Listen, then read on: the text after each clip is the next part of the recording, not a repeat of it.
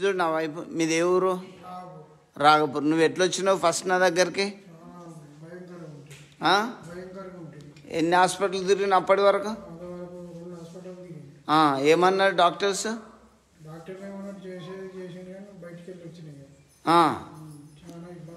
నడిచినావు? అసలు నీ పరిస్థితి నడవలేదు. వింటున్నావా? మీది గిట్లెందుకున్నావు? అన్ని బోన్స్. అవునా? అవునా బ్రదర్? మీ ఊరేనా? బావ అవుతాడా? అట్లున్నాడు అప్పుడు.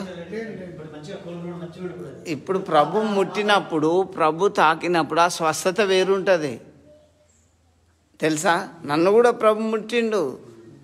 ఉత్తయ్య బుక్కలుండే మీ బిడ్డ బండి మీద తీసుకొచ్చేది కదా, తెలుసు నాకు. అలా ఆ స్టేజ్లో తీసుకొచ్చినప్పుడు ఎంత భయంకరంగా ఉంటుంది. అక్కడ మంచాలే నోటి మాట రాకుండా పోతుండే ఒకరోజు. అవునా? అలాంటి స్థితిలో దేవుడు ఈ రాగపురం గణపతి దగ్గర ఉంటుంది కదా.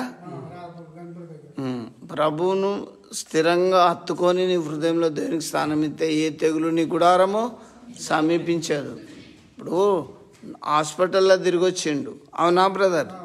అప్పుడు నీకు స్వస్థత రాలే. ఈ ఇక్కడికి ప్రేయర్కి వాళ్ళ పాప తీసుకొచ్చింది. వింటానవా? నీకు అవి స్పిరిట్స్ అనేటివి మనిషి లోపల ఉంటాయి.